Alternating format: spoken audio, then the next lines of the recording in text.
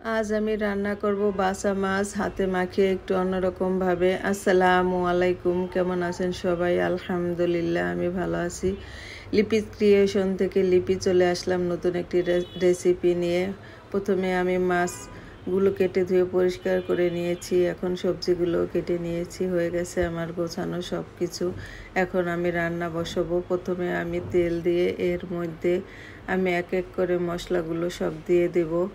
প্রথমে আমি কতগুলো পেঁয়াজ কুচি দিয়ে দিলাম। এখন আমি দেব এর মধ্যে মশলাগুলো। প্রথমে বাটা মশলাগুলো দিচ্ছি, রসুন বাটা, পেঁয়াজ বাটা আর জিরে বাটা। বাটাগুলো দেওয়া হয়ে গেছে। এখন আমি দেব গুঁড়া মশলাগুলো, হলুদ, মরিচ আর ধনিয়া গুঁড়া। এরপরে আমি দেব স্বাদ মতো লবণ। এখন আমি একটু মশলাগুলো হাতে মাখিয়ে নেব। মশলাগুলো আমি ভালো মতো হাত দিয়ে মাখিয়ে নেব। তারপরে এর মধ্যে আমি মাছগুলো দিয়ে দেব। এখন আমি মাছগুলো দিয়ে দিচ্ছি। মাছগুলো দিয়ে সবগুলো মাছ আমি দিয়ে তারপরে আবার মাছগুলো সুন্দর করে মাখিয়ে নেব। হাত দিয়েই মাখিয়ে নিচ্ছি আমি মাছগুলো। হয়ে গেছে আমার মাখানো মাছগুলো।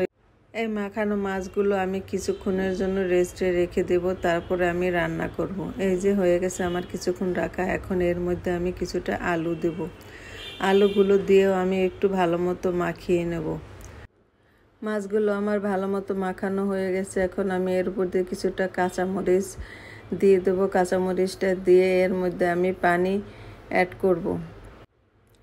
পানি দেওয়া হয়ে গেলে আমি রান্নাটা শুরু করে দেব। এই তো আমার হয়ে গেছে পানি দেওয়া। এখন আমি রান্না শুরু করে দিয়েছি। রান্নাটা হতে হতে আমি আরেকটি কাজ করব। এর মধ্যে আমি একটু বেগুন দেব। সেই বেগুনটা আমি একটু গরম পানির মধ্যে দিয়ে বেগুনটা তারপরে তরকারির মধ্যে দেব।